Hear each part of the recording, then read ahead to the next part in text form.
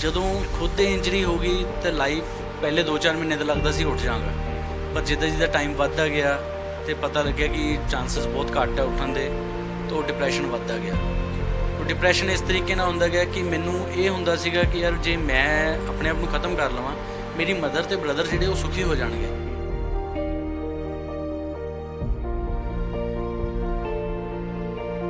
As a patient ਔਰ ਇੱਕ doctor ਸੀਗਾ।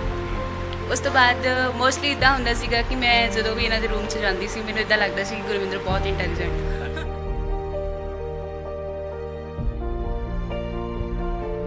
ਟਾਈਮ ਸੀਗਾ ਜਦੋਂ ਮੈਂ ਸੁਸਾਈਡ ਅਟੈਂਪਟ ਲਈ ਵੀ ਸੋਚਿਆ ਸੀਗਾ ਤੇ ਕਰਨ ਦੀ ਕੋਸ਼ਿਸ਼ ਕੀਤੀ। 3 ਟਾਈਮ ਅਟੈਂਪਟ ਕੀਤਾ ਆਪਣੇ ਆਪ ਤੇ ਕਿ ਮਤਲਬ ਇਹ ਲਾਈਫ ਨੂੰ ਖਤਮ ਕਰਨਾ ਹੈ, ਇਹ ਜੀਣੀ ਨਹੀਂ ਹੈਗੀ, ਕਿ ਮੈਂ ਬੈੱਡ ਤੇ ਜੀ ਨਹੀਂ ਸਕਦਾ।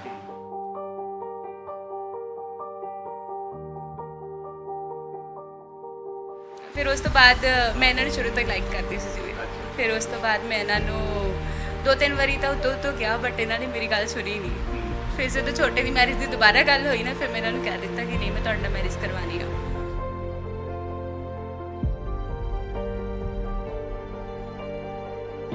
ਜੀਵਨ ਸਾਥੀ ਮਣਕਿਆਂ ਵਾਲੀ ਗਾਨੀ ਦੇ ਧਾਗੇ ਵਾਂਗ ਹੁੰਦਾ ਹੈ। ਜੇ ਧਾਗਾ ਮਜ਼ਬੂਤ ਹੋਵੇ ਤਾਂ ਜ਼ਿੰਦਗੀ ਦੇ ਮਣਕੇ ਬੱਝੇ ਰਹਿੰਦੇ ਆ, ਜੇ ਧਾਗਾ ਕਮਜ਼ੋਰ ਹੋ ਜੇ ਤਾਂ ਮਣਕੇ ਖਿੱਲਰ ਜਾਂਦੇ ਨੇ। ਸਾਡੇ ਨਾਲ ਇੱਕ ਪਰਿਵਾਰ ਹੈ, ਡਾਕਟਰ ਨੇ, ਡਾਕਟਰ ਗੁਰਿੰਦਰ ਅਤੇ ਡਾਕਟਰ ਜੋਤੀ। ਡਾਕਟਰ ਗੁਰਿੰਦਰ ਹੋਣਾ ਨੂੰ 2012 ਦੇ ਵਿੱਚ ਰੀੜ੍ਹ ਦੀ ਸੱਟ ਲੱਗੀ ਅਤੇ ਉਹ ਬੈੱਡ ਤੇ ਆ ਗਏ, ਪਰ ਇਹਨਾਂ ਦੀ ਜ਼ਿੰਦਗੀ ਦੇ ਵਿੱਚ ਧਾਗਾ ਬਣ ਕੇ ਆਏ ਮੈਡਮ ਜੋਤੀ। ਧਾਗਾ ਇੰਨਾ ਮਜ਼ਬੂਤ ਸੀ ਕਿ ਜ਼ਿੰਦਗੀ ਦੇ ਮਣਕੇ, ਜਿਵੇਂ ਦੱਸਿਆ ਕਿ ਇਹ ਖਿਲਾਰ ਕੇ ਬੈਠੇ ਸੀ, ਜ਼ਿੰਦਗੀ ਇਹਨਾਂ ਦੀ ਖਿਲਰ ਗਈ ਸੀ, ਪਰ ਡਾਕਟਰ ਜੋਤੀ ਨੇ ਆ ਕੇ ਉਹਨਾਂ ਧਾਗਿਆਂ ਨੂੰ ਇਕੱਠਾ ਕੀਤਾ ਅਤੇ ਪੈਰਾਂ ਸਿਰ ਕੀਤਾ। ਕਹਾਣੀ ਜਾਣਦੇ ਆ ਕਿ 2012 ਦੇ ਵਿੱਚ ਕੀ ਹੋਇਆ ਸੀ ਡਾਕਟਰ ਗੁਰਿੰਦਰ ਦੇ ਨਾਲ, ਅਤੇ ਡਾਕਟਰ ਜੋਤੀ ਕਦੋਂ ਇਹਨਾਂ ਦੀ ਲਾਈਫ 'ਚ ਆਏ, ਲਾਈਫ ਪਾਰਟਨਰ ਬਣੇ ਅਤੇ ਹੁਣ ਲੋਕਾਂ ਨੂੰ ਜੀਣ ਦੀ ਸੇਧ ਦੇ ਰਹੇ ਨੇ।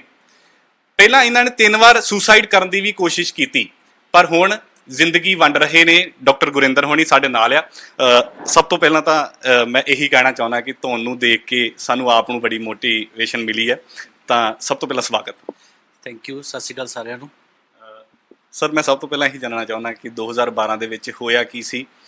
ਬਹੁਤ ਵਧੀਆ ਤੁਸੀਂ ਦੱਸ ਰਹੇ ਸੀ ਕਿ ਕੰਮਕਾਰ ਚੱਲਦਾ ਸੀ, ਬੜਾ ਵਧੀਆ ਸਪੋਰਟਸ ਦੇ ਵਿੱਚ ਵੀ ਤੁਸੀਂ ਐਕਟੀਵਿਟੀਆਂ ਕਰਦੇ ਹੁੰਦੇ ਸੀ, ਤਾਂ ਅਸਲ ਦੇ ਵਿੱਚ 2012 ਦੇ ਵਿੱਚ ਹੋਇਆ ਕੀ ਸੀ? 2012 ਦੇ ਵਿੱਚ ਭਾਜੀ ਸਡਨਲੀ ਮੈਂ ਸਟੇਅਰਸ ਤੋਂ ਗਿਰ ਗਿਆ ਸੀਗਾ, ਪੈਰ ਮੇਰਾ ਸਲਿੱਪ ਹੋ ਗਿਆ 3 ਪੌੜੀਆਂ ਤੋਂ। ਮੈਂ ਗੁਰਦੁਆਰੇ ਸੀਗਾ ਤੇ ਬਾਹਰ ਆ ਰਿਹਾ ਸੀਗਾ ਤੇ ਮੇਰਾ ਪੈਰ ਸਲਿੱਪ ਹੋ ਗਿਆ, ਜਿਸ ਕਾਰਨ ਜਦੋਂ ਮੈਂ ਡਿੱਗਿਆ ਐਂਡ ਵਿਦਿਨ ਸਮ ਟਾਈਮ ਮੇਰੀ ਲੋਅਰ ਬੋਡੀ ਪੈਰਾਲਾਈਜ਼ ਹੋ ਗਈ।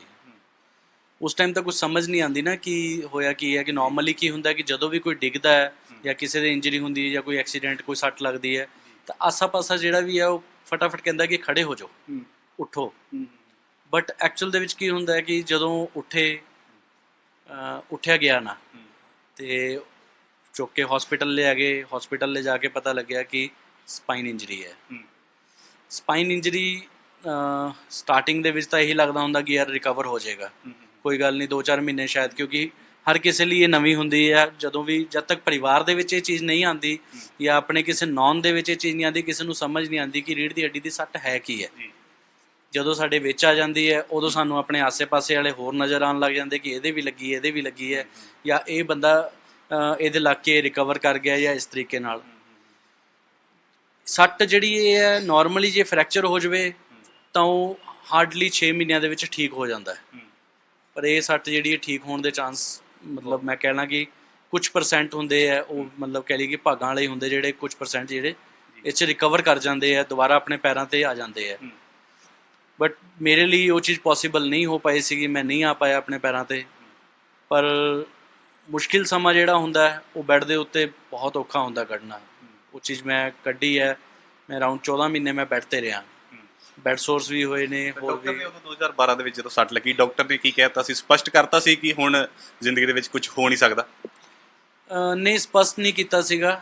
ਐਕਚੁਅਲੀ ਆਪਰੇਟ ਕਰਨ ਤੋਂ ਬਾਅਦ ਇਹ ਕਹਿ ਦਿੱਤਾ ਗਿਆ ਸੀਗਾ ਕਿ ਫਿਜ਼ੀਓਥੈਰੇਪੀ ਸਟਾਰਟ ਕਰੋ, ਰਿਕਵਰ ਹੋ ਜਾਏਗਾ। ਬਟ ਹੌਲੀ ਹੌਲੀ ਜਦੋਂ ਟਾਈਮ ਵੱਧਦਾ ਗਿਆ, ਮਤਲਬ ਅਵੇਅਰ ਨਹੀਂ ਕੀਤਾ ਸੀਗਾ ਕਿ ਪ੍ਰੈਸ਼ਰ ਸੋਰ ਵੀ ਹੋ ਜਾਂਦੇ ਨੇ, ਕਿ ਸਾਨੂੰ ਕੀ ਪ੍ਰੀਕਾਸ਼ਨਸ ਲੈਣੇ ਚਾਹੀਦੇ ਆ, ਉਹ ਅਵੇਅਰ ਨਹੀਂ ਕੀਤਾ। ਪ੍ਰੀਕਾਸ਼ਨਸ ਨਾ ਲੈਣ ਕਰਕੇ ਬੈਡ ਸੋਰ ਹੋ ਗਿਆ। ਇੱਕ ਬੈਡ ਸੋਰ ਨੂੰ ਠੀਕ ਕਰਦੇ ਕਰਦੇ ਦੂਸਰਾ ਸਟਾਰਟ ਹੋ ਗਿਆ। ਹਮੇਸ਼ਾ ਇਸ ਤਰ੍ਹਾਂ ਹੀ ਹੁੰਦਾ ਇਸ ਇੰਜਰੀ ਦੇ ਵਿੱਚ। ਬਟ ਡਾਕਟਰ ਨੇ ਫਿਰ ਇਨਡਾਇਰੈਕਟਲੀ ਇਹ ਕਹਿ ਦਿੱਤਾ ਕਿ ਤੁਸੀਂ ਕਦੀ ਸਾਈਕਲ ਨਹੀਂ ਚਲਾ ਸਕਦੇ, ਜੋ ਮੈਨੂੰ ਕਿਹਾ ਗਿਆ ਸੀਗਾ। ਸੋ ਹਰਟ ਤਾਂ ਬਹੁਤ ਹੋਇਆ ਸੀਗਾ, ਹਾਲਾਂਕਿ ਚਲਾਉਂਦਾ ਵੀ ਨਹੀਂ ਸੀਗਾ ਸਾਈਕਲ, ਬਟ ਬਹੁਤ ਹਰਟ ਹੋਇਆ ਕਿ ਸਾਈਕਲ ਕਿਉਂ ਨਹੀਂ ਚਲਾ ਸਕਦੇ।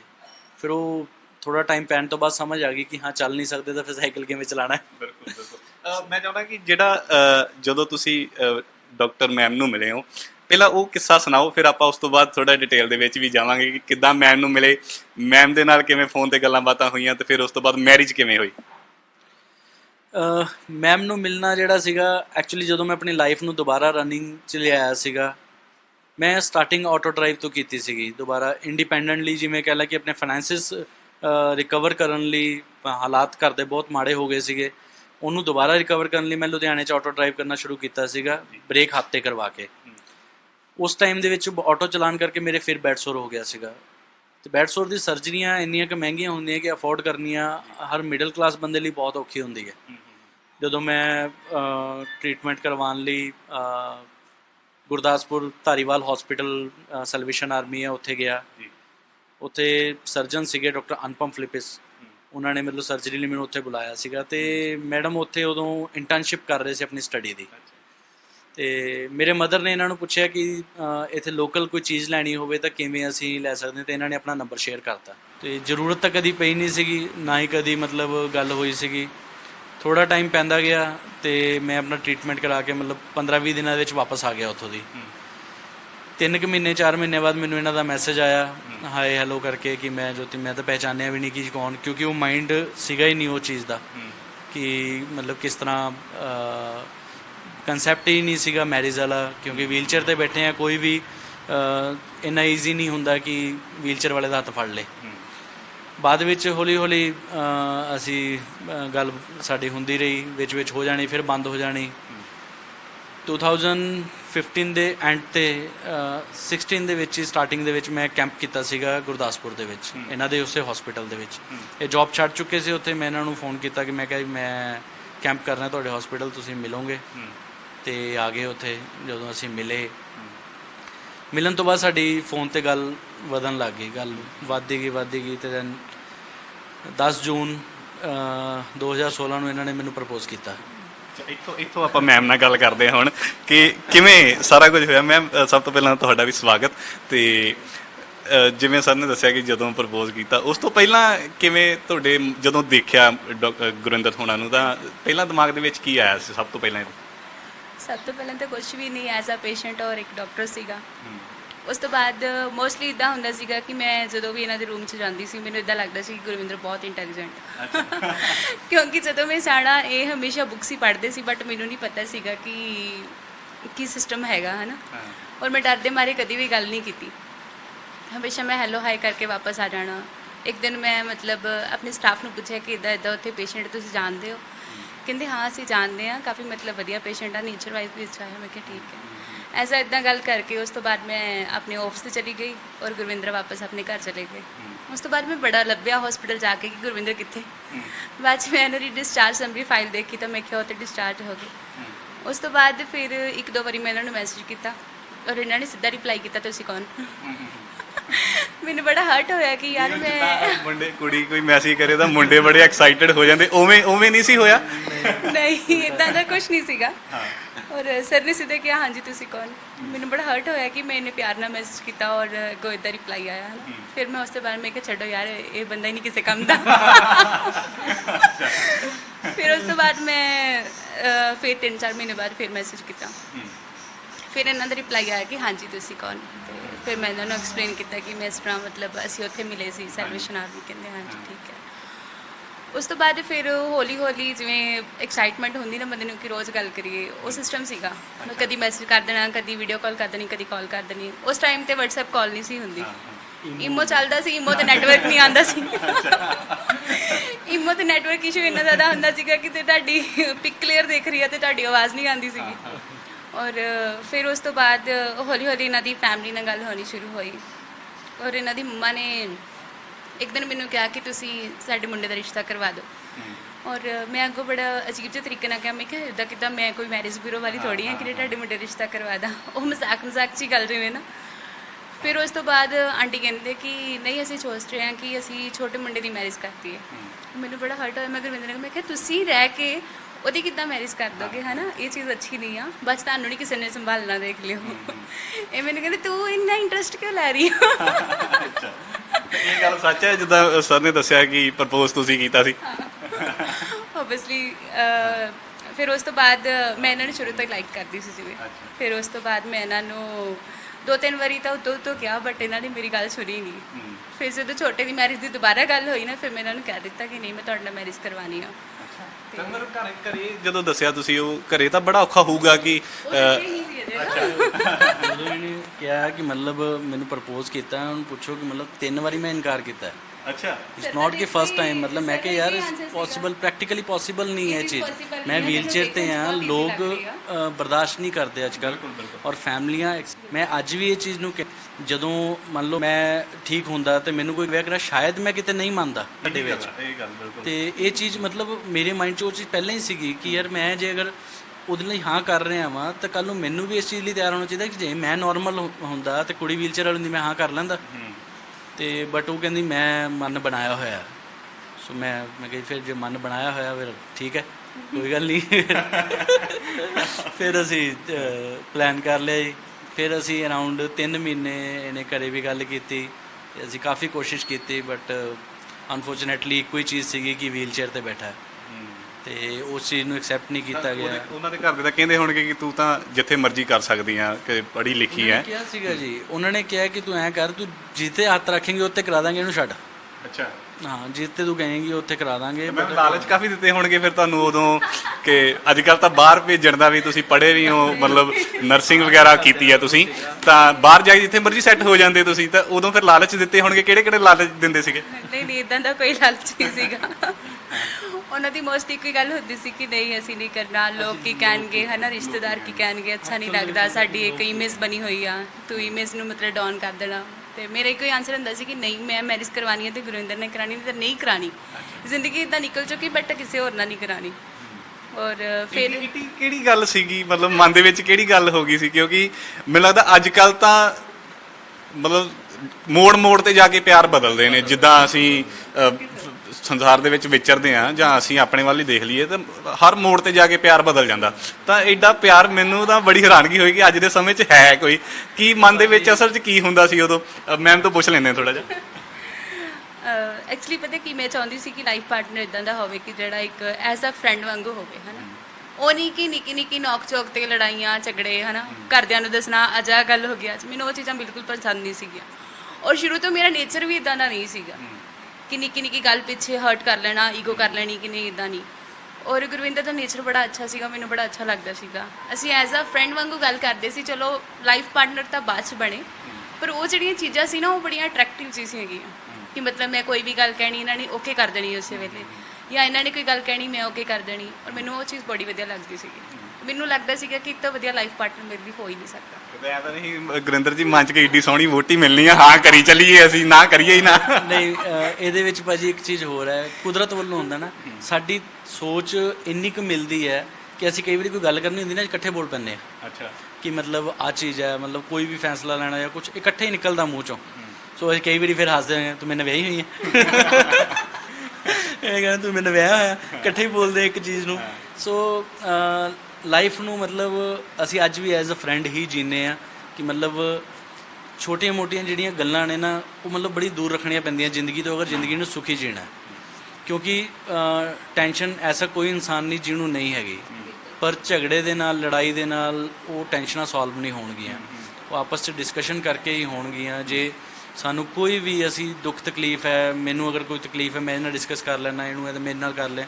ਅਗਰ ਸਾਨੂੰ ਦੋਨਾਂ ਨੂੰ ਹੁੰਦੀ ਹੈ ਤਾਂ ਮੇਰੇ ਦੋਸਤ ਨੇ, ਮੈਂ ਉਹਨਾਂ ਦੇ ਨਾਲ ਡਿਸਕਸ ਕਰ ਲੈਣਾ, ਆਪਣੇ ਪੇਰੈਂਟਸ ਨਾਲ, ਬ੍ਰਦਰ ਨਾਲ ਡਿਸਕਸ ਕਰ ਦਾਂਗੇ, ਯਾਰ ਮੈਨੂੰ ਆਹ ਪਰੇਸ਼ਾਨੀ ਆ ਰਹੀ ਹੈ, ਇਸ ਟਾਈਮ ਆ ਰਹੀ ਹੈ ਕਿ ਮਤਲਬ ਮੈਂ ਕੀ ਕਰਾਂ। ਮਤਲਬ ਉਹ ਟਾਈਮ ਸੀਗਾ ਜਦੋਂ ਮੈਂ ਸੁਸਾਈਡ ਅਟੈਂਪਟ ਲਈ ਵੀ ਸੋਚਿਆ ਸੀਗਾ ਅਤੇ ਕਰਨ ਦੀ ਕੋਸ਼ਿਸ਼ ਕੀਤੀ, 3 ਟਾਈਮ ਅਟੈਂਪਟ ਕੀਤਾ ਆਪਣੇ ਆਪ 'ਤੇ ਕਿ ਮਤਲਬ ਇਹ ਲਾਈਫ ਨੂੰ ਖ਼ਤਮ ਕਰਨਾ ਹੈ, ਇਹ ਜੀਣੀ ਨਹੀਂ ਹੈਗੀ, ਕਿ ਮੈਂ ਬੈੱਡ 'ਤੇ ਜੀ ਨਹੀਂ ਸਕਦਾ। ਪਰ ਅੱਜ ਮੈਨੂੰ ਫੀਲ ਨਹੀਂ ਹੁੰਦਾ ਮੈਂ 1% ਵੀ ਕਿਤੇ ਡਿਪੈਂਡੈਂਟ ਹਾਂ। ਮੈਂ ਟੋਟਲੀ ਆਪਣੀ ਲਾਈਫ ਨੂੰ ਸਵੇਰੇ ਉੱਠਣ ਤੋਂ ਲੈ ਕੇ ਰਾਤ ਦੇ ਸੌਣ ਤੱਕ ਦੇ ਸਾਰੇ ਕੰਮ ਆਪ ਕਰਦਾ। ਅੱਛਾ, ਥੋੜੀ ਸੰਘਰਸ਼ ਦੀ ਗੱਲ ਕਰ ਲਈਏ ਕਿ ਜਦੋਂ 2012 ਤੋਂ ਬਾਅਦ ਮੈਨੂੰ ਲੱਗਦਾ ਕਿ ਸਭ ਤੋਂ ਵੱਡਾ ਸੰਘਰਸ਼ ਸ਼ੁਰੂ ਹੋਇਆ ਹੋਊਗਾ, ਤਾਂ ਫਿਰ ਉਸ ਤੋਂ ਬਾਅਦ ਤੁਸੀਂ ਜਿਵੇਂ ਦੱਸਿਆ ਕਿ ਮੈਂ 3 ਵਾਰ ਕਮਿਟ ਵੀ ਕੀਤਾ ਸੁਸਾਈਡ ਕਰਨ ਦੇ ਲਈ, ਤਾਂ ਉਦੋਂ ਮਨ 'ਚ ਕੀ ਸੀਗਾ? ਕਿਉਂਕਿ ਅੱਜ ਕੱਲ੍ਹ ਦਾ ਚੰਗੇ ਭਲੇ ਨੌਜਵਾਨ, ਸੁਸ਼ਾਂਤ ਰਾਜਪੂਤ ਦੀ ਗੱਲ ਕਰ ਲਈਏ ਕਿ ਇੰਨਾ ਪੜ੍ਹਿਆ ਲਿਖਿਆ, ਇੰਨਾ ਵੈਲ ਸੈਟਲਡ, ਉਹ ਵੀ ਜ਼ਿੰਦਗੀ ਦੇ ਅੱਗੇ ਹਾਰ ਗਿਆ, ਤਾਂ ਉਦੋਂ ਮਨ 'ਚ ਕੀ ਸੀਗਾ ਤੁਹਾਡੇ ਜਦੋਂ ਸੁਸਾਈਡ ਕਮਿਟ ਕਰਨ ਦੀ ਤੁਸੀਂ ਸੋਚਿਆ ਸੀ? ਭਾਜੀ ਐਕਚੁਅਲੀ ਜਦੋਂ ਮੇਰੇ ਇੰਜਰੀ ਹੋਈ ਸੀਗੀ ਮੈਂ ਮਤਲਬ ਪਿੱਛੋਂ ਹੀ ਬਹੁਤ ਸਟਰਗਲ ਕਰਕੇ ਉੱਥੇ ਤੱਕ ਪਹੁੰਚਿਆ ਸੀਗਾ। ਮੇਰੇ ਫਾਦਰ ਦੀ ਡੈਥ 1995 'ਚ ਹੋ ਗਈ ਸੀ 1 ਜਨਵਰੀ। ਬਹੁਤ ਸਟਰਗਲ ਤੋਂ ਬਾਅਦ ਹੀ ਉੱਥੇ ਪਹੁੰਚਿਆ ਸੀਗਾ। ਜਦੋਂ ਖੁਦ ਦੇ ਇੰਜਰੀ ਹੋ ਗਈ ਤਾਂ ਲਾਈਫ ਪਹਿਲੇ 2-4 ਮਹੀਨੇ ਤਾਂ ਲੱਗਦਾ ਸੀ ਉੱਠ ਜਾਵਾਂਗਾ, ਪਰ ਜਿੱਦਾਂ ਜਿੱਦਾਂ ਟਾਈਮ ਵੱਧਦਾ ਗਿਆ ਤੇ ਪਤਾ ਲੱਗਿਆ ਕਿ ਚਾਂਸਸ ਬਹੁਤ ਘੱਟ ਹੈ ਉੱਠਣ ਦੇ, ਤਾਂ ਉਹ ਡਿਪਰੈਸ਼ਨ ਵੱਧਦਾ ਗਿਆ। ਉਹ ਡਿਪਰੈਸ਼ਨ ਇਸ ਤਰੀਕੇ ਨਾਲ ਹੁੰਦਾ ਗਿਆ ਕਿ ਮੈਨੂੰ ਇਹ ਹੁੰਦਾ ਸੀਗਾ ਕਿ ਯਾਰ ਜੇ ਮੈਂ ਆਪਣੇ ਆਪ ਨੂੰ ਖਤਮ ਕਰ ਲਵਾਂ, ਮੇਰੀ ਮਦਰ ਤੇ ਬ੍ਰਦਰ ਜਿਹੜੇ ਉਹ ਸੁਖੀ ਹੋ ਜਾਣਗੇ, ਕਿਉਂਕਿ ਜਿਹੜੇ ਮੇਰੇ ਤੇ ਬੈਠੇ ਨੇ, ਮਤਲਬ ਮਦਰ ਰੋ ਰਹੇ ਨੇ ਕਿ ਮਤਲਬ ਇਹ ਮੇਰੇ ਮੁੰਡੇ ਨੂੰ ਕੀ ਹੋ ਗਿਆ, ਬੈਠ ਗਿਆ। ਬ੍ਰਦਰ ਆ ਉਹ ਆਪਣਾ ਪ੍ਰਾਈਵੇਟ ਜੌਬ ਕਰਦਾ, ਕੰਮ ਛੱਡ ਕੇ ਤੀਸਰੇ ਦਿਨ ਉਹਨੂੰ ਛੁੱਟੀ ਕਰਕੇ ਉਹਨੂੰ ਮੈਨੂੰ ਚੱਕ ਕੇ ਕਿਤੇ ਲੈ ਕੇ ਜਾਣਾ ਪੈਂਦਾ ਸੀਗਾ, ਕਿਉਂਕਿ ਜਦੋਂ ਵੀ ਮੈਨੂੰ ਕਿਤੇ ਲੈ ਕੇ ਜਾਣਾ ਪੈਂਦਾ ਸੀ ਚੱਕ ਕੇ ਹੀ ਮੈਨੂੰ ਲਿਫਟ ਕਰਕੇ ਲੈ ਕੇ ਜਾਂਦਾ ਸੀਗਾ। ਅਤੇ ਉਹ ਚੀਜ਼ਾਂ ਵੱਧਦੀਆਂ ਗਈਆਂ, ਮਤਲਬ ਤੁਸੀਂ ਸਮਝ ਸਕਦੇ ਹੋ ਰਿਲੇਸ਼ਨਸ, ਰਿਸ਼ਤੇਦਾਰ ਸਭ ਹੌਲੀ ਹੌਲੀ ਫਿਰ ਚਿਹਰੇ ਬਦਲ ਜਾਂਦੇ ਹਰ ਕਿਸੇ ਦੇ। ਅਤੇ ਉਹ ਜਦੋਂ ਸਾਰਾ ਕੁਝ ਹੋਣ ਲੱਗ ਗਿਆ, ਉਹ ਚੀਜ਼ਾਂ ਘਰ ਕਰਨ ਲੱਗ ਗਈਆਂ। ਫਿਰ ਮੈਂ ਕਿਹਾ ਯਾਰ ਵੀ ਨਹੀਂ ਰਹਿਣਾ, ਮੁਸ਼ਕਿਲ ਹੈ। ਮੈਂ ਪਹਿਲਾਂ ਇੱਕ ਵਾਰ ਸੁਸਾਈਡ ਅਟੈਂਪਟ ਕੀਤਾ। ਮੈਂ ਚਾਹੁੰਦਾ ਕਿ ਦੱਸੀਏ ਨਾ ਆਪਾਂ ਕਿ ਕਿਵੇਂ ਕੀਤਾ, ਬਸ ਇਹ ਦੱਸੋ ਵੀ ਮਤਲਬ ਕੀਤਾ ਸੀ? ਬਿਲਕੁਲ ਵੀ ਨਹੀਂ, ਉਹ ਮੇਰੀ ਮੈਂ ਅੱਜ ਦੇ ਟਾਈਮ 'ਚ ਮੈਂ ਸਮਝਦਾ ਮੇਰੀ ਗਲਤੀ ਸੀਗੀ ਕਿ ਮੈਂ ਉਹ ਸ਼ਾਇਦ ਮੈਂ ਨਾ ਜ਼ਿੰਦਗੀ ਦੇ ਨਾਲ ਲੜਾਈ ਨਹੀਂ ਕੀਤੀ ਹੈਗੀ, ਮੈਂ ਪਹਿਲਾਂ ਹਿੰਮਤ ਹਾਰ ਰਿਹਾ ਸੀਗਾ, ਅਤੇ ਉਹ ਮੇਰੀ ਬਹੁਤ ਵੱਡੀ ਗਲਤੀ ਸੀਗੀ। ਮੈਂ ਜਦੋਂ ਅਟੈਂਪਟ ਕੀਤਾ ਫਸਟ ਟਾਈਮ ਉਦੋਂ ਨਹੀਂ ਸਮਝ ਆਈ, ਦੂਸਰੀ ਵਾਰ ਕੀਤਾ, ਤੀਸਰੀ ਵਾਰ ਸਮਝ ਉਦੋਂ ਆਈ ਜਦੋਂ ਮੇਰੇ ਮਦਰ ਉੱਪਰੋਂ ਆ ਗਏ। ਉਹਨਾਂ ਨੂੰ ਮੈਂ ਸਮਾਨ ਲੈਣ ਲਈ ਭੇਜਿਆ, ਮੈਂ ਕਿਹਾ ਜੀ ਸਮਾਨ ਲੈ ਕੇ ਆਓ, ਮੈਂ ਪਲਾਨ ਕਰਕੇ ਹੀ ਕੀਤਾ ਸੀਗਾ, ਅਤੇ ਉਹ ਕੁਦਰਤੀ ਉਹ ਪੈਸੇ ਘਰੇ ਭੁੱਲ ਗਏ ਸੀ, ਉਹ ਵਾਪਸ ਆ ਗਏ। ਉਹ ਜਦੋਂ ਆ ਗਏ ਉਹਨਾਂ ਨੇ ਮੈਨੂੰ ਦੇਖ ਲਿਆ ਅਤੇ ਉਹ ਬਹੁਤ ਰੋਣ ਲੱਗ ਗਏ, ਕਹਿੰਦੇ ਵੀ ਮੈਂ ਤੇਰੇ ਕਰਕੇ ਜੀ ਰਹੀ ਹਾਂ, ਜੇ ਤੈਨੂੰ ਕੁਛ ਹੋ ਗਿਆ ਤਾਂ ਮੈਂ ਕੀ ਕਰਨਾ ਹੈ। ਸੋ ਥੋੜ੍ਹਾ ਟਾਈਮ ਪਿਆ, ਫਿਰ ਵੀ ਮਤਲਬ ਉਹ ਚੀਜ਼ ਨੂੰ ਤਾਂ ਉੱਥੇ ਹੀ ਛੱਡਤਾ ਕਿ ਯਾਰ ਸੁਸਾਈਡ ਨਹੀਂ, ਉੱਠਣਾ ਹੈ ਜਿੱਦਾਂ ਮਰਜ਼ੀ ਉੱਠਣਾ ਹੈ ਕਿਸੇ ਵੀ ਤਰੀਕੇ ਨਾਲ। ਬਟ ਜਦੋਂ ਥੋੜ੍ਹਾ ਟਾਈਮ ਪੈਣ ਤੋਂ ਬਾਅਦ ਛੋਟਾ ਬ੍ਰਦਰ ਜਿਹੜਾ ਉਹ ਇੱਕ ਦਿਨ ਵਾਸ਼ਰੂਮ ਦੇ ਵਿੱਚ ਗਿਰ ਗਿਆ। ਮੈਂ ਉੱਠ ਨਹੀਂ ਸਕਦਾ ਸੀ, ਮੈਂ ਚੱਕ ਨਹੀਂ ਸਕਦਾ ਸੀ ਉਹਨੂੰ, ਬਸ ਰੌਲਾ ਪਾ ਰਿਹਾ ਸੀਗਾ ਕਿ ਕੀ ਹੋਇਆ। ਜਦੋਂ ਦੇਖਿਆ, ਪੁੱਛਿਆ, ਅਤੇ ਉਦੋਂ ਸਮਝ ਆਈ ਕਿ ਯਾਰ ਸਟ੍ਰੈਸ ਇਹਦੇ 'ਤੇ ਹੀ ਵੱਧ ਰਿਹਾ, ਕਿਉਂਕਿ ਇਨਕਮ ਸੋਰਸ ਘੱਟ ਰਹੇ ਨੇ, ਪਰੇਸ਼ਾਨੀ ਵੱਧ ਰਹੀ ਹੈ। ਫਿਰ ਥੋੜ੍ਹੀ ਬਹੁਤ ਹਿੰਮਤ ਇਕੱਠੀ ਕੀਤੀ, ਉੱਠਣਾ ਸ਼ੁਰੂ ਕੀਤਾ। ਫਿਰ ਮੇਰੇ ਇੱਕ ਦੋਸਤ ਨੇ ਅੰਮ੍ਰਿਤਸਰ ਦੇ ਵਿੱਚ, ਉਹਨਾਂ ਦੇ ਵੀ ਸੇਮ ਸੱਟ ਲੱਗੀ ਹੋਈ ਹੈ, ਉਹ ਮੇਰੇ ਘਰ ਆਏ, CMC ਦੇ ਡਾਕਟਰ ਨੇ ਉਹਨਾਂ ਦੀ ਟੀਮ ਦੇ ਨਾਲ। ਉਹਨਾਂ ਨੇ ਮੈਨੂੰ ਕਿਹਾ, ਉਹ ਕਾਰ ਡਰਾਈਵ ਕਰਕੇ ਆਏ ਸੀਗੇ, ਲੋਅ ਬੋਡੀ ਜਿਹੜੀ ਸੀਗੀ ਉਹਦੀ ਉਹਨਾਂ ਦੀ ਪੈਰਾਲਾਈਜ਼ ਸੀਗੀ, ਕਾਰ ਡਰਾਈਵ ਕਰਕੇ ਆਏ। ਮੈਂ ਕਿਹਾ ਯਾਰ ਇਹ ਕਾਰ ਡਰਾਈਵ ਕਰ ਸਕਦੇ, ਮੈਂ ਕਿਉਂ ਨਹੀਂ ਕੁਛ ਕਰ ਸਕਦਾ। ਮੈਂ ਸਡਨ ਮਨ ਬਣਾਇਆ ਕਿ ਮੈਂ ਆਟੋ ਡਰਾਈਵ ਕਰਾਂਗਾ, ਜਿਸ ਨਾਲ ਮੈਨੂੰ ਡੇਲੀ ਦੀ ਇਨਕਮ ਸ਼ੁਰੂ ਹੋ ਜਾਏਗੀ, ਅਤੇ ਫਿਰ ਮੈਨੂੰ ਕਿਤੇ ਜਾਣ ਆਉਣ ਲਈ ਪਰੇਸ਼ਾਨੀ ਨਹੀਂ ਹੋਏਗੀ। ਮੈਂ ਵਿਆਜ 'ਤੇ ਪੈਸੇ ਲਏ, ਆਟੋ ਲਿਆ, ਉਹਨੂੰ ਬ੍ਰੇਕ ਮੋਡੀਫਾਈ ਕਰਾਈ। 1 ਸਾਲ ਮੈਂ ਲੁਧਿਆਣੇ 'ਚ ਆਟੋ ਡਰਾਈਵ ਕੀਤਾ। ਆਟੋ ਡਰਾਈਵ ਨੇ ਬੈਡ ਸੋਰ ਕਰਵਾਤਾ, ਜਿਵੇਂ ਕਿ ਆਪਾਂ ਦੱਸ ਕੇ ਆਏ ਕਿ ਬੈਡ ਸੋਰ ਤੋਂ ਬਾਅਦ ਜੋਤੀ ਮਿਲ ਗਈ ਅਤੇ ਬੈਡ ਸੋਰ ਦਾ ਬੈਨੀਫਿਟ ਮਿਲ ਗਿਆ। ਸੋ ਲਾਈਫ ਦੇ ਵਿੱਚ ਤਕਲੀਫਾਂ ਆਈਆਂ, ਪਰ ਭਾਜੀ ਤਕਲੀਫਾਂ ਨਿਕਲ ਗਈਆਂ।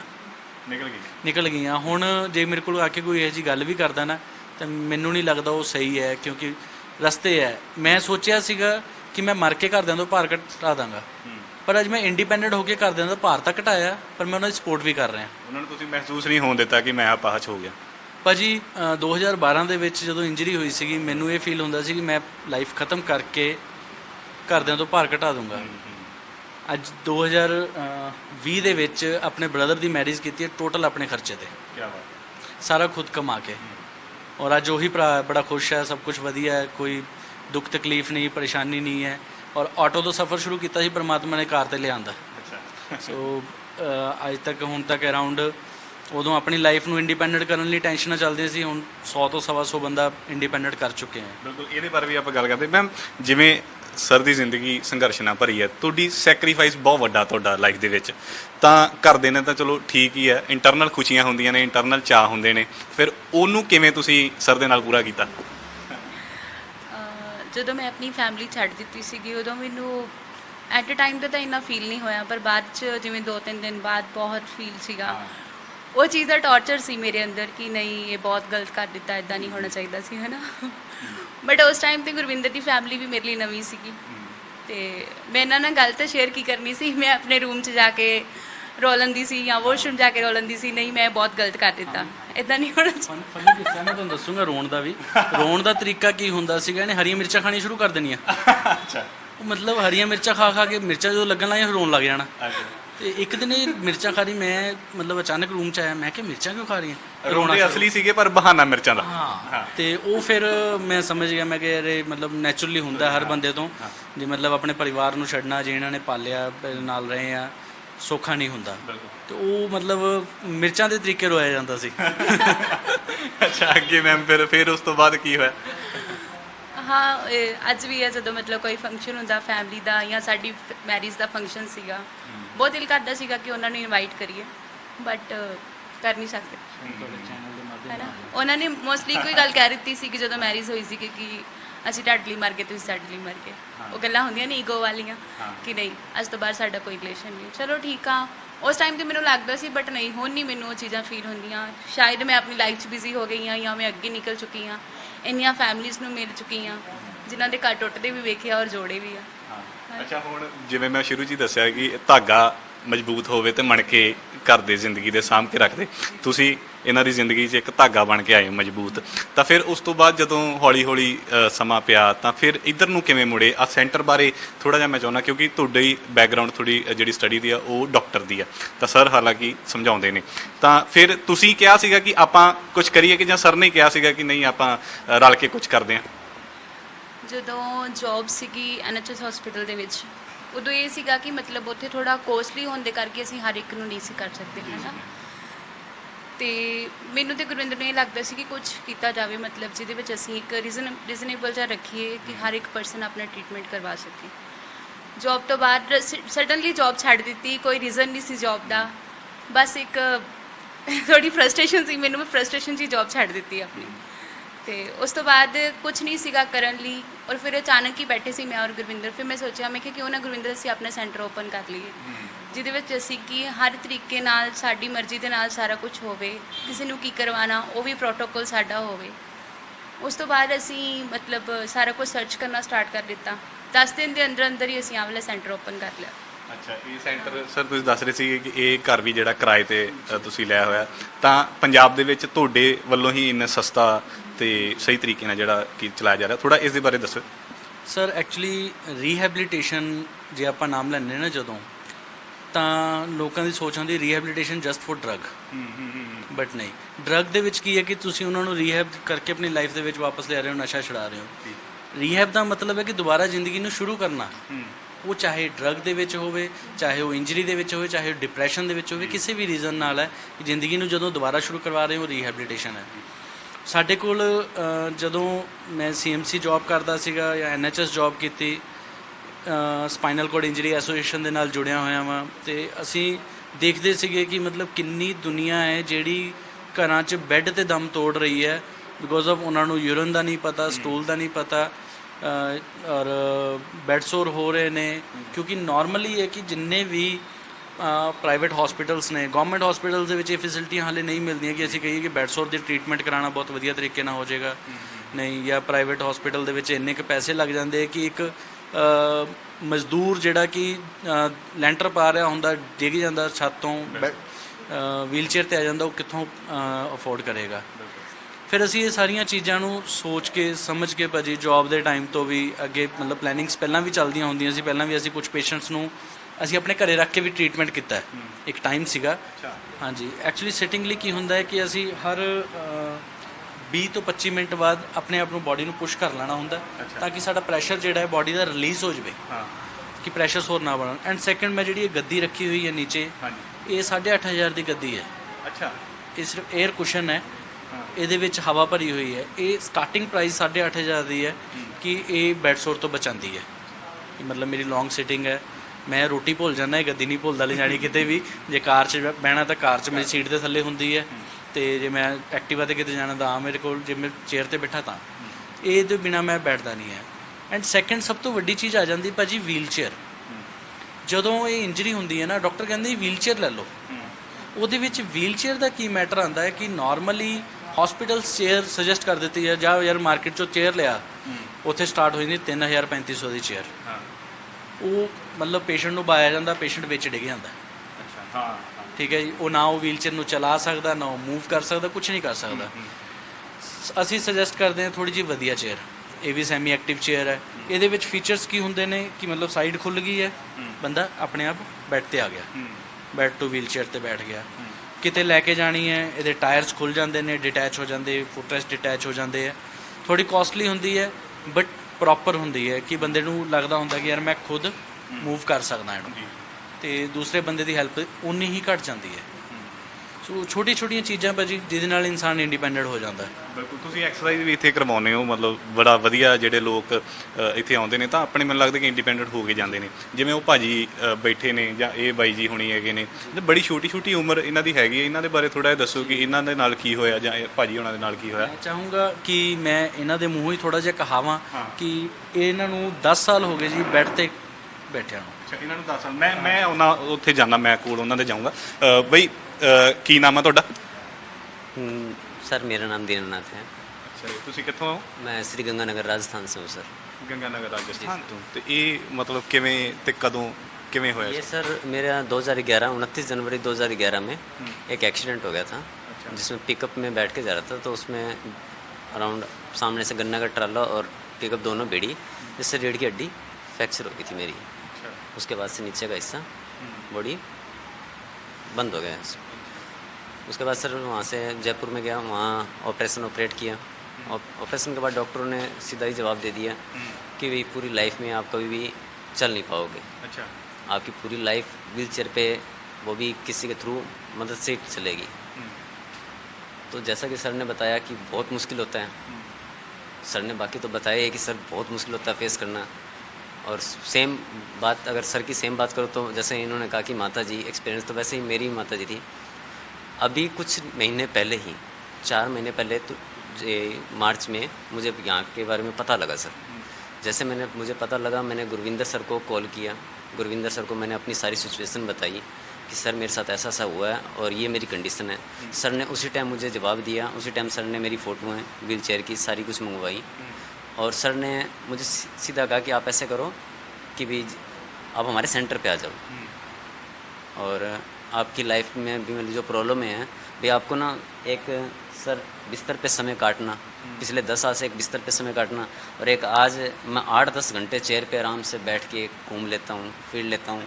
टॉयलेट शिफ्टिंग, नहाना धोना, ये सब हो जाता है सर। खुद ਕਰਦੇ ਹੋ ਹੁਣ कुछ ਤੁਸੀਂ? करता हूँ सर। तो मेरी लाइफ में बहुत कम समय में सर ने बहुत बड़ा हाथ है सर का कि भी इन्होंने मुझे। ਅੱਛਾ, ਇੱਥੇ ਆਉਣ ਤੋਂ ਪਹਿਲਾਂ ਤੁਸੀਂ ਬੈੱਡ ਤੇ ਹੀ ਸੀਗੇ ਉੱਥੇ? बिल्कुल सर, मैं बिल्कुल बेड पे ही था। मेरे बेड शोर भी जख्म हो जाते थे, और मैं बिल्कुल भी, जब तक कोई मुझे उठा के व्हील चेयर पे नहीं बिठाता था, तब तक मैं व्हील चेयर पे नहीं बैठ सकता था। ਅੱਜ ਤੁਸੀਂ ਆਪੇ ਬੈਠ ਗਏ? आज सर मैं बिल्कुल सीट पे जैसे मर्जी अपने बेड पर शिफ्ट हो जाता हूँ। बेड पर से बिना किसी के सहारे के वापस आता हूँ सर। वॉशरूम में भी किसी का सहारा नहीं लेता हूँ। और मेरी लाइफ यानी कि 10 दिन में इतनी चेंज हुई है, और आगे उम्मीद है कि सर मुझे और बिल्कुल लाइफ मेरी पूरी तरह बदल देंगे, और मुझे एक नई ज़िंदगी मिल गई है सर यहाँ आने से। ਅਸੀਂ ਤਾਂ ਚਾਹੁੰਦੇ ਹਾਂ ਕਿ ਤੁਸੀਂ ਬਿਲਕੁਲ ਠੀਕ ਹੋ ਜਾਓ, ਜੋ 2011 ਤੋਂ ਪਹਿਲਾਂ ਦੇ ਸੀਗੇ ਤੁਸੀਂ। ਅਸੀਂ ਤਾਂ ਇਹੀ ਚਾਹੁੰਦੇ ਹਾਂ ਕਿ ਤੁਸੀਂ ਜਲਦੀ ਤੋਂ ਜਲਦੀ ਠੀਕ ਹੋਵੋ ਤੇ ਇੰਡੀਪੈਂਡੈਂਟ ਹੋਵੋ। ਤਾਂ ਮੈਮ, ਮੇਨਲੀ ਗੱਲਾਂ ਕਿਹੜੀਆਂ ਧਿਆਨ 'ਚ ਰੱਖਣੀਆਂ ਪੈਂਦੀਆਂ ਨੇ ਜਿਹੜੀਆਂ ਇਹੋ ਜਿਹੇ ਜਿਹੜੇ ਨੌਜਵਾਨ ਆਉਂਦੇ ਨੇ, ਸਭ ਤੋਂ ਮੇਨ ਗੱਲਾਂ ਕਿਹੜੀਆਂ ਧਿਆਨ 'ਚ ਰੱਖਣੀਆਂ ਪੈਂਦੀਆਂ ਨੇ? ਸਰ ਮੇਨ ਤਾਂ ਜਿੱਦਾਂ ਮਤਲਬ ਇੰਨੇ ਸਾਲਾਂ ਤੋਂ ਇਹ ਬੈਠਦੇ ਸੀਗੇ, ਠੀਕ ਹੈ। ਅਸੀਂ ਜਿਵੇਂ ਨਵਾਂ ਸਟਾਰਟ ਕੀਤਾ, ਇਹਨਾਂ ਦੀ ਐਕਟੀਵਿਟੀ ਸਟਾਰਟ ਕਰਦੇ ਹਾਂ ਤਾਂ ਬਹੁਤ ਸਾਰੀਆਂ ਪ੍ਰੋਬਲਮ ਆਉਂਦੀਆਂ ਨੇ, ਜਿਵੇਂ ਬੀਪੀ ਫਲਕਚੁਏਟ ਕਰਦਾ ਆ, ਜਾਂ ਫਿਰ ਇੱਕਦਮ ਡਿੱਗ ਜਾਂਦੇ ਨੇ, ਜਾਂ ਬੈਠ ਨਹੀਂ ਸਕਦੇ, ਬੋਡੀ ਪੋਸਚਰ ਨਹੀਂ ਸਹੀ ਹੈਗਾ, ਹੈ ਨਾ, ਬੈਲੈਂਸ ਨਹੀਂ ਹੈਗਾ। ਬੈਕ ਬੈਲੈਂਸ ਜਦੋਂ ਪ੍ਰੋਪਰ ਹੋਏਗਾ ਤਾਂ ਪੇਸ਼ੈਂਟ ਬੜੇ ਆਰਾਮ ਨਾਲ ਬੈਠ ਜਾਂਦਾ, ਆਪਣੀ ਪੋਜੀਸ਼ਨਿੰਗ ਚੇਂਜ ਕਰ ਲੈਂਦਾ ਆ, ਕਦੀ ਰਾਈਟ ਸਾਈਡ ਕਦੀ ਲੈਫਟ ਸਾਈਡ। ਸੋ ਉਹਨੂੰ ਆਪਾਂ ਉਲਟੇ ਵੀ ਲਿਟਾ ਸਕਦੇ ਹਾਂ। ਇਹੀ ਹੈ ਕਿ ਜਿੰਨਾ ਹੌਲੀ ਹੌਲੀ ਐਕਟੀਵਿਟੀ ਦੇ ਨਾਲ ਕੀ ਹੋਗਾ, ਕੋਰ ਮਸਲ ਸਟਰੋਂਗ ਹੁੰਦੇ ਜਾਂਦੇ ਨੇ, ਠੀਕ ਹੈ। ਜਿਹੜੀ ਮਸਲ ਵਾਸਟਿੰਗ ਹੁੰਦੀ ਹੈ ਉਹ ਥੋੜ੍ਹੀ ਪ੍ਰੋਪਰ ਫਿਰ ਆਪਣੀ ਐਕਟੀਵਿਟੀ ਵਿੱਚ ਆ ਜਾਂਦੀ ਹੈ। ਇਸੇ ਤਰ੍ਹਾਂ ਅਸੀਂ ਉਹਨਾਂ ਦੀ ਬਾਡੀ ਨੂੰ ਸਟਰੋਂਗ ਕਰਦੇ ਹਾਂ। ਅਖੀਰ ਦੇ ਵਿੱਚ ਸਰ ਕੋਲ ਮੈਸੇਜ ਜ਼ਰੂਰ ਲੈਣਾ ਚਾਹਾਂਗੇ ਕਿ ਮੈਸੇਜ ਕੀ ਦਿੰਦੇ ਨੇ ਉਹ ਅੱਜ ਦੇ ਹਾਲਾਤਾਂ ਦੇ ਅੰਦਰ, ਕਿਉਂਕਿ ਛੋਟੀਆਂ-ਛੋਟੀਆਂ ਗੱਲਾਂ ਤੋਂ ਅਸੀਂ ਪਰੇਸ਼ਾਨ ਹੋ ਜਾਂਦੇ ਹਾਂ, ਜ਼ਿੰਦਗੀ ਨੂੰ ਅਲਵਿਦਾ ਕਹਿਣ ਨੂੰ ਤਿਆਰ ਹੋ ਜਾਂਦੇ ਹਾਂ। ਪਰ ਇਹ ਜ਼ਿੰਦਗੀ ਜ਼ਿੰਦਾਬਾਦ ਦਾ ਜਿਹੜਾ ਨਾਅਰਾ ਆ ਇਹ ਇੱਥੇ ਹੀ ਢੁਕਦਾ ਆ ਕਿ ਅਸਲ ਦੇ ਵਿੱਚ ਜ਼ਿੰਦਗੀ ਦੇ ਮਾਇਨੇ ਕੀ ਨੇ। ਉਹ ਅੱਜ ਸਾਨੂੰ ਵੀ ਕਿਤੇ ਨਾ ਕਿਤੇ ਸਮਝ ਆਇਆ ਕਿ ਜ਼ਿੰਦਗੀ ਕੀ ਚੀਜ਼ ਆ ਇਹਨਾਂ ਵੱਲ ਦੇਖ ਕੇ। ਸਰ ਅਖੀਰ ਦੇ ਵਿੱਚ ਮੈਂ ਚਾਹੁੰਦਾ ਕਿ ਮੈਸੇਜ ਉਹਨਾਂ ਲੋਕਾਂ ਲਈ ਜਿਹੜੇ ਲੜਨ ਤੋਂ ਪਹਿਲਾਂ ਹੀ ਹਾਰ ਜਾਂਦੇ ਆ। ਦੇਖੋ, ਲੜਨ ਤੋਂ ਪਹਿਲਾਂ ਹਾਰਨਾ ਨਹੀਂ ਚਾਹੀਦਾ ਹੈਗਾ। ਹਾਰ ਵੈਸੇ ਤਾਂ ਹੁੰਦੀ ਨਹੀਂ ਹੈ, ਕਿਉਂਕਿ ਜੇ ਅਸੀਂ ਗੱਲ ਕਰੀਏ ਕਿ ਮਤਲਬ ਜੇ ਅਸੀਂ ਹਾਰਦੇ ਹਾਂ ਤਾਂ ਸਾਨੂੰ ਉਹਦੇ ਵਿੱਚ ਕਮੀ ਲੱਭਣੀ ਚਾਹੀਦੀ, ਅਸੀਂ ਹਾਰੇ ਕਿਉਂ। ਕਿ ਅਗਰ ਤੁਸੀਂ ਕਿਸੇ ਵੀ ਅੱਜ ਦੇ ਟਾਈਮ ਦੇ ਵਿੱਚ ਕਿਸੇ ਵੀ ਲੈਜੈਂਡ ਨੂੰ ਲੈਣੇ ਹੋ ਨਾ, ਤਾਂ ਇੰਨਾ ਸੌਖਾ ਨਹੀਂ ਹੈ ਕਿ ਉਹ ਸਿੱਧੀ ਸਕਸੈਸ ਮਿਲ ਗਈ ਹੋਊਗੀ ਉਹਨੂੰ। ਉਹਦੀ ਲਾਈਫ ਦਾ ਸਟਰਗਲ ਕੋਈ ਨਹੀਂ ਦੇਖਦਾ, ਉਹ ਕਿੰਨੀ ਵਾਰ ਫੇਲੀਅਰ ਹੋਇਆ ਉਹ ਕੋਈ ਨਹੀਂ ਦੇਖਦਾ ਹੈਗਾ। ਉਹ ਸਿਰਫ ਇਹ ਦੇਖਦਾ ਯਾਰ ਕਿ ਇਹ ਬੰਦਾ ਸਕਸੈਸਫੁਲ ਹੈ। ਉਹ ਸਕਸੈਸਫੁਲ ਲਾਈਫ ਨੂੰ ਦੂਜਾ ਦੇਖ ਕੇ ਨਾ ਉਹਦੀਆਂ ਅੱਖਾਂ 'ਚ ਚਮਕ ਆਉਂਦੀ ਕਿ ਯਾਰ ਇਹ ਲਾਈਫ ਮੇਰੀ ਕਿਉਂ ਨਹੀਂ ਹੈ। ਬਟ ਉਹ ਜਦੋਂ ਉਹਦੀ ਸ਼ੁਰੂਆਤ ਕਦੀ ਪਿੱਛੋਂ ਦੇਖ ਕੇ ਦੇਖੋ ਕਿ ਉਹ ਸ਼ੁਰੂਆਤ ਦੇ ਵਿੱਚ ਕੀ ਸੀਗਾ, ਕਿੱਥੋਂ ਆਇਆ, ਕੀ ਕੁਛ ਉਹਨੇ ਫੇਸ ਕੀਤਾ। ਜਦੋਂ ਵੀ ਕਦੀ ਪ੍ਰੋਬਲਮ ਆਵੇ, ਕਈ ਵਾਰੀ ਕੀ ਹੁੰਦਾ ਹੈ ਕਿ ਸਾਡੇ ਫੈਮਿਲੀ ਡਿਸਟ੍ਰੀਬਿਊਟਸ ਹੁੰਦੇ ਨੇ, ਫੈਮਿਲੀ ਦੇ ਨਾਲ ਕਦੀ ਨਹੀਂ ਮਨ ਮਿਲਾਪ ਮਿਲਦਾ, ਬਟ ਹਰ ਕਿਸੇ ਦੇ ਇਨਸਾਨ ਦੇ ਵਿੱਚ ਕੋਈ ਨਾ ਕੋਈ ਐਸਾ ਦੋਸਤ ਜਾਂ ਸ਼ੁਭ ਚਿੰਤਕ ਹੁੰਦਾ ਹੈ। ਕੋਈ ਮੈਨੂੰ ਨਹੀਂ ਲੱਗਦਾ ਕਿ ਕਿਸੇ ਦਾ ਨਹੀਂ ਹੁੰਦਾ ਹੋਊਗਾ, ਹਰ ਕਿਸੇ ਦਾ ਕੋਈ ਨਾ ਕੋਈ ਹੁੰਦਾ। ਤੁਸੀਂ ਉਹਦੇ ਨਾਲ ਡਿਸਕਸ ਕਰੋ। ਅਗਰ ਫੈਮਿਲੀ ਦੇ ਨਾਲ ਜਾਂ ਦੋਸਤ ਦੇ ਨਾਲ, ਰਿਸ਼ਤੇਦਾਰ ਦੇ ਨਾਲ, ਕਿਸੇ ਨਾਲ ਵੀ, ਮਤਲਬ ਈਵਨ ਕਿ ਅੱਜ ਕੱਲ੍ਹ ਤਾਂ ਕਹਿ ਦਈਏ ਗਰਲਫਰੈਂਡ ਬॉयਫ੍ਰੈਂਡ ਦੇ ਵਿੱਚ ਵੀ ਅਗਰ ਕੋਈ ਐਸੀ ਗੱਲ ਹੈਗੀ ਹੈ ਨਾ, ਉਹਨੂੰ ਸੌਟ ਆਊਟ ਕਰੋ। ਅਸੀਂ ਆਪਣੀ ਜ਼ਿੰਦਗੀ ਦੇ ਵਿੱਚ ਇੱਕ ਏਜੰਡਾ ਫਸਟ ਡੇ ਰੱਖਿਆ ਸੀਗਾ ਕਿ ਮੇਰੇ ਬਾਰੇ ਅਗਰ ਕੋਈ ਆ ਕੇ ਜੋਤੀ ਨੂੰ ਕੁਝ ਕਹਿੰਦਾ ਨਾ, ਇਹਨੂੰ ਇਹ ਕਿਹਾ ਸੀ ਕਿ ਤੂੰ ਮੇਰੇ ਤੋਂ ਕਲੀਅਰ ਕਰਨੀ ਪਹਿਲਾਂ ਇਹ ਗੱਲ, ਅਤੇ ਅਗਰ ਤੈਨੂੰ ਮੇਰੇ ਬਾਰੇ, ਤੇਰੇ ਬਾਰੇ ਕੋਈ ਮੈਨੂੰ ਕਹੂਗਾ ਮੈਂ ਕਲੀਅਰ ਕਰਾਂਗਾ। ਅਸੀਂ ਇਹ ਨਹੀਂ ਕਿ ਮਤਲਬ ਕੰਨਾਂ ਦੇ ਕੱਚੇ ਹੋ ਕੇ ਗੱਲ ਫੜ ਲਈ ਅਤੇ ਕਲੇਸ਼ ਪਾ ਲਿਆ। ਸੋ ਟੱਚਵੁੱਡ, ਮਤਲਬ ਫਿਰ ਦੂਜੇ ਦੀ ਹਿੰਮਤ ਨਹੀਂ ਪੈਂਦੀ ਕਹਿਣ ਦੀ, ਉਹਨੂੰ ਪਤਾ ਇਹਨੇ ਪੁੱਛ ਲੈਣਾ। ਸੋ ਬਿਲਕੁਲ ਅਸੀਂ ਚਾਹੁੰਦੇ ਹਾਂ ਕਿ ਜਿਹੜੀ ਇਹ ਮੁਸਕਾਨ ਆ ਤੁਹਾਡੇ ਦੋਵਾਂ ਦੀ ਹਰ ਵੇਲੇ ਜ਼ਿੰਦਗੀ ਦੇ ਵਿੱਚ ਮਤਲਬ ਬਣੀ ਰਹੇ। ਤਾਂ ਮੈਂ ਅਖੀਰ ਦੇ ਵਿੱਚ ਉਹਨਾਂ ਨੌਜਵਾਨ ਕੁੜੀਆਂ ਤੇ ਮੁੰਡਿਆਂ ਲਈ ਕੋਈ ਸੁਨੇਹਾ ਤੁਹਾਡੇ ਲਈ, ਕਿਉਂਕਿ ਅੱਜ ਕੱਲ੍ਹ ਬੜੀ ਜਲਦੀ ਰੁੱਸ ਜਾਂਦੇ ਆ ਇੱਕ ਦੂਜੇ ਤੋਂ। ਇੱਦਾਂ ਦਾ ਨਹੀਂ ਹੋਣਾ ਚਾਹੀਦਾ। ਮਤਲਬ ਨਿੱਕੀ ਨਿੱਕੀ ਗੱਲਾਂ ਨੂੰ ਲੈ ਕੇ ਇਸ਼ੂਜ਼ ਕ੍ਰੀਏਟ ਕਰਨੇ, ਮੈਨੂੰ ਨਹੀਂ ਲੱਗਦਾ ਇਹ ਗੱਲ ਚੰਗੀ ਹੈ। ਠੀਕ ਹੈ, ਜੇ ਅਸੀਂ ਆਪਣੇ ਲਾਈਫ ਪਾਰਟਨਰ ਨੂੰ ਇੰਨਾ ਲਾਈਕ ਕਰਦੇ ਹਾਂ ਅਤੇ ਸੋ ਛੋਟੀਆਂ ਮੋਟੀਆਂ ਗੱਲਾਂ ਤਾਂ ਚੱਲਦੀਆਂ ਰਹਿੰਦੀਆਂ ਜ਼ਿੰਦਗੀ ਦੇ ਵਿੱਚ, ਉਹਨਾਂ ਨੂੰ ਬਰਦਾਸ਼ਤ ਕਰਕੇ ਅੱਗੇ ਵੀ ਲੱਗਣਾ ਚਾਹੀਦਾ। ਧੰਨਵਾਦ, ਥੈਂਕ ਯੂ। ਤੇ ਬਹੁਤ ਵਧੀਆ ਲੱਗਿਆ ਤੁਹਾਡੇ ਨਾਲ ਗੱਲਬਾਤ ਕਰਕੇ। ਸੋ ਵਿੱਚ ਜਿਹੜੀਆਂ ਇਹਨਾਂ ਦੇ ਰਿਲੇਸ਼ਨ ਦੀਆਂ ਗੱਲਾਂ ਕਰਨ ਦਾ ਮਕਸਦ ਇਹੀ ਸੀ ਕਿ ਇੱਕ ਉਦਾਹਰਣ ਹੈ ਕਿ ਅੱਜ ਕੱਲ੍ਹ ਪਿਆਰ ਦੇ ਮਾਇਨੇ ਬਦਲ ਗਏ ਨੇ, ਪਰ ਪਿਆਰ ਅਸਲ ਵੀ ਹੈ, ਇਹ ਵੀ ਤੁਹਾਨੂੰ ਦਿਖਾਉਣ ਦਾ ਮਕਸਦ ਸੀ। ਪਰ ਦੂਸਰੇ ਪਾਸੇ ਨਾਲ ਦੀ ਨਾਲ ਕਿ ਜ਼ਿੰਦਗੀ ਤੋਂ ਸਿੱਖ ਕੇ ਜ਼ਿੰਦਗੀ ਦੇ ਨਾਲ ਲੜ ਕੇ ਕਿਵੇਂ ਜਿੱਤਿਆ ਜਾਂਦਾ ਆ, ਉਹ ਗੁਰਵਿੰਦਰ ਸਿੰਘ ਹੋਣਾ ਨੇ ਸਾਬਤ ਕੀਤਾ। ਗੁੱਡੀ ਚੜੀ ਤਾਂ ਹਰ ਕੋਈ ਦੇਖ ਲੈਂਦਾ, ਪਰ ਉਹਨੂੰ ਕਿੰਨੇ ਤੁਣਕੇ ਮਾਰੇ, ਕਿੰਨੇ ਖਿੱਚ ਧੂ ਕੀਤੀ ਉਹਦੇ ਨਾਲ, ਇਹ ਜ਼ਰੂਰ ਦੇਖਣੀ ਚਾਹੀਦੀ ਆ।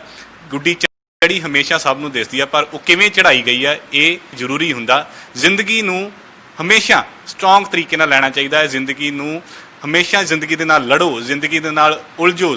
ਜੇਕਰ ਨਹੀਂ ਇੱਦਾਂ ਕਰਦੇ ਅਸੀਂ, ਤਾਂ ਜ਼ਿੰਦਗੀ ਦੇ ਅੱਗੇ ਅਸੀਂ ਪਹਿਲਾਂ ਹੀ ਗੋਡੇ ਟੇਕ ਦਿੰਦੇ ਹਾਂ, ਪਰ ਅਜਿਹਾ ਨਹੀਂ। ਇਹ ਇੱਕ ਉਦਾਹਰਨ, ਇਹ ਇੱਕ ਇੰਟਰਵਿਊ ਕਰਨ ਦਾ ਮਕਸਦ ਸਾਡਾ ਇਹੀ ਸੀ ਕਿ ਜਿਹੜੇ ਜਲਦੀ ਜ਼ਿੰਦਗੀ ਦੇ ਅੱਗੇ ਗੋਡੇ ਟੇਕ ਦਿੰਦੇ ਆ, ਉਹ ਇਹਨਾਂ ਤੋਂ ਸਿੱਖਿਆ ਲੈਣ, ਉਹ ਆਪਣੇ ਪੈਰਾਂ 'ਤੇ ਹੋਣ, ਤਾਂ ਜੋ ਜ਼ਿੰਦਗੀ ਨੂੰ ਜਿੱਤਣਾ ਕਿਵੇਂ ਆ ਉਹ ਤੁਹਾਨੂੰ ਦਿਖਾਇਆ ਜਾ ਸਕੇ। ਕੈਮਰਾਮੈਨ ਮਨੀਸ਼ ਦੇ ਨਾਲ ਮਨਦੀਪ ਸਿੰਘ, ਡੇਲੀ ਪੋਸਟ ਪੰਜਾਬੀ, ਜਲੰਧਰ।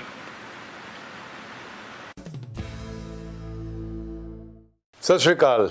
ਜੇ ਤੁਸੀਂ ਕੈਨੇਡਾ ਸਟੂਡੈਂਟ ਵੀਜ਼ੇ ਤੇ ਜਾਣਾ ਚਾਹੁੰਦੇ ਹੋ, ਪਰ ਆਇਲਸ ਵਿੱਚ ਓਵਰਆਲ ਤਾਂ 6 ਆ ਗਏ, ਇੱਕ ਵਿੱਚ 5.5 ਬੈਂਡ ਕਰਕੇ ਡਰਦੇ ਹੋ, ਜਾਂ ਕੈਨੇਡਾ ਦਾ ਸਟੂਡੈਂਟ ਵੀਜ਼ਾ ਰਿਫਿਊਜ਼ ਕਰਵਾ ਬੈਠੇ ਹੋ, ਜਾਂ ਸਟੱਡੀ ਗੈਪ ਜ਼ਿਆਦਾ ਹੋਣ ਕਰਕੇ ਸੋਚਦੇ ਹੋ ਕਿ ਕਿਤੇ ਰਿਫਿਊਜ਼ਲ ਨਾ ਆ ਜਾਵੇ, ਤੇ ਅੱਜ ਹੀ ਪਿਰਾਮਿਡ ਈ ਸਰਵਿਸਿਜ਼ ਨੂੰ ਮਿਲੋ ਔਰ ਕੈਨੇਡਾ ਜਾਣ ਦੇ ਆਪਣੇ ਸੁਪਨੇ ਨੂੰ ਸਾਕਾਰ ਕਰੋ।